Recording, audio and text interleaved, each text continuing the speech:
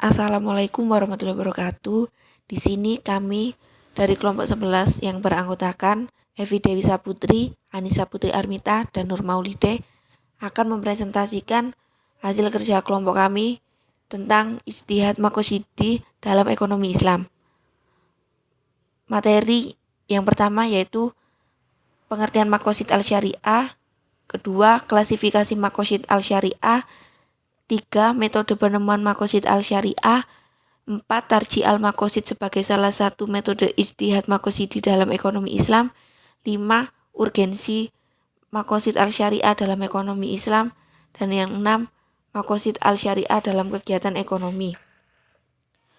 Materi pertama, pengertian Maqasid al-Syariah. Secara bahasa, maqasid syariah terdiri dari dua kata, yaitu maqasid dan syariah.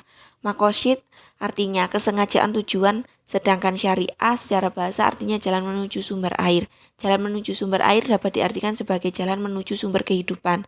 Maqasid syariah secara umum adalah kemaslahatan bagi manusia dengan memelihara kebutuhan daruriyat mereka dan menyempurnakan kebutuhan hajiyat dan tahsiniyat mereka. Kesimpulannya bahwa maqasid syariah adalah konsep untuk mengetahui hikmah atau nilai-nilai dalam sasaran syara yang tersurat dan tersirat dalam Al-Quran dan hadis yang ditetapkan oleh Allah terhadap manusia.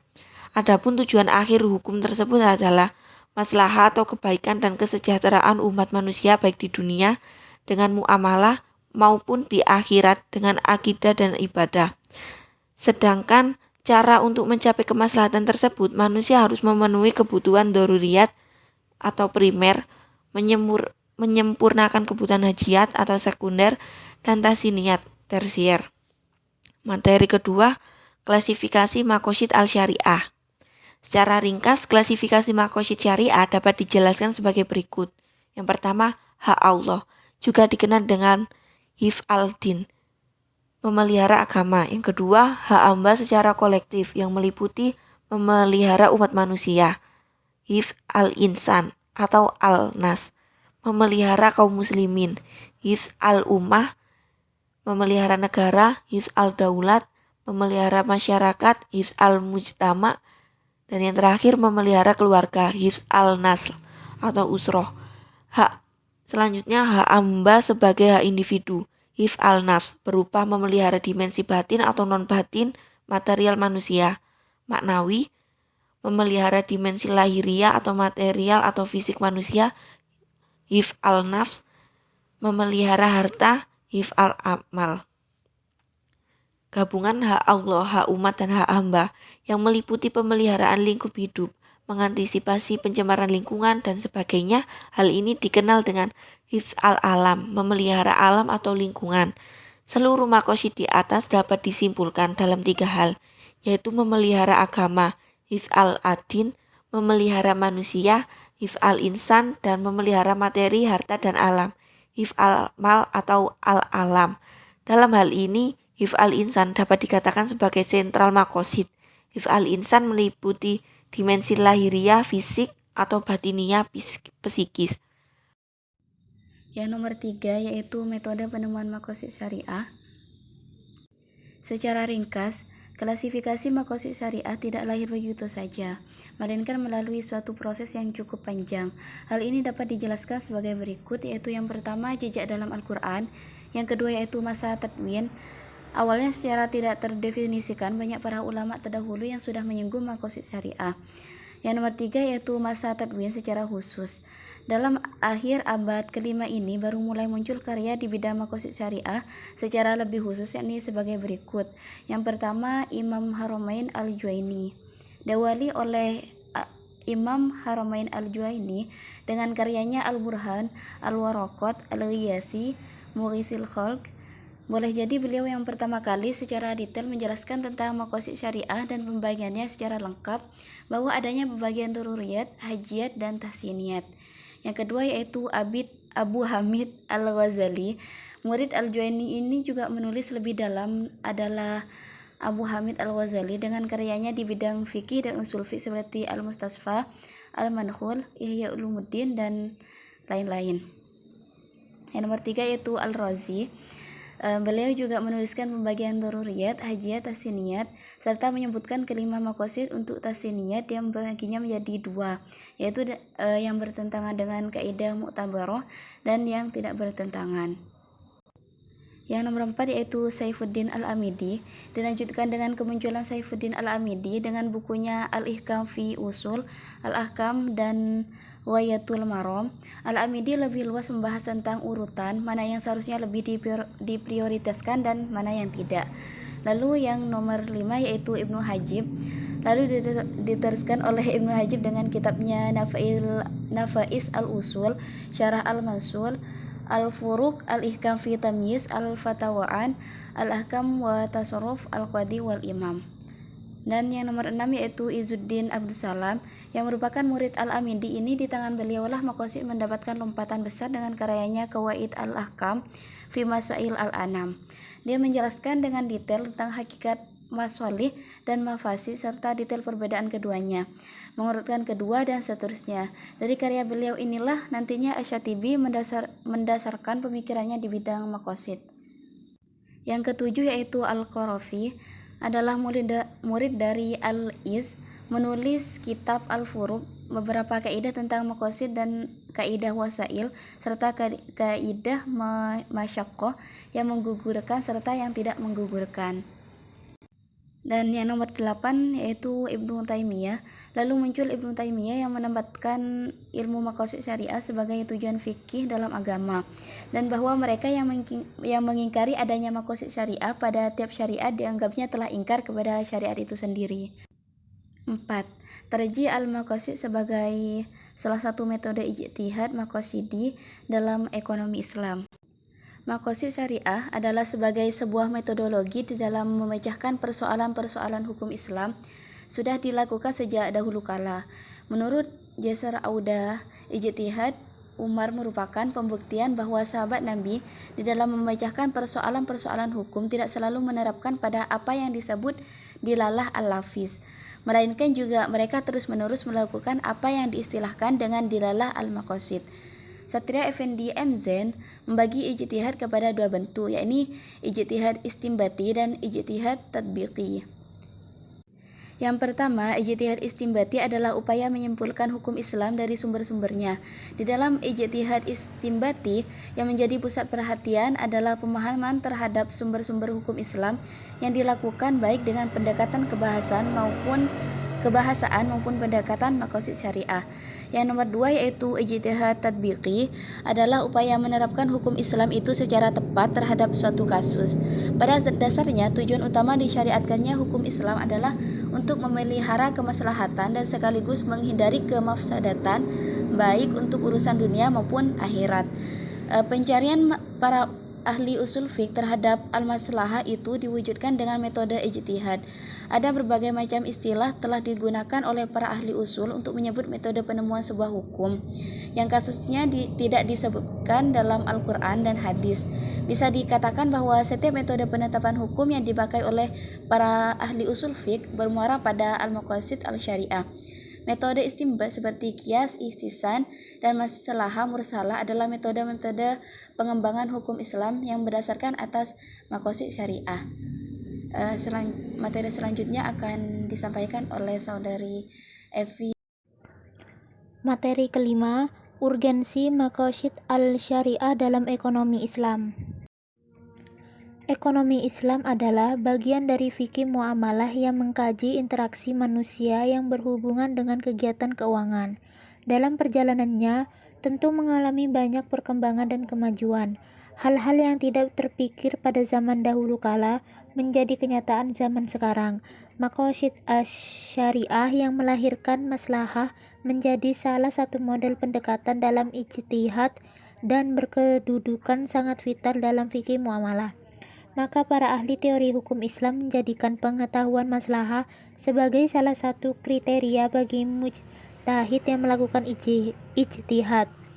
Ali Yasha mengungkap bahwa pertimbangan maqasid asy-syariah dalam metode penalaran perlu dilakukan menurut Asy-Syatibi karena Allah menurunkan syariat tidaklah secara sia-sia.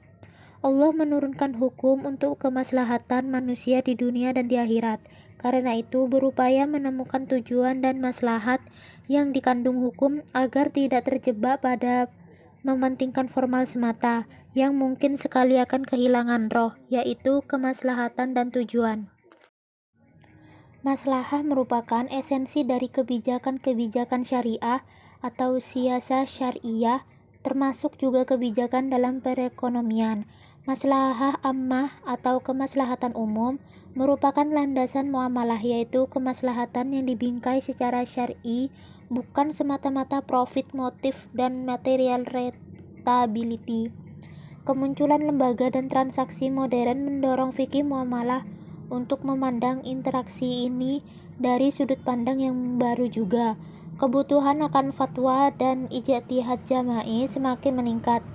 Nas yang ada secara langsung belum cukup untuk menjawab problematika yang ada.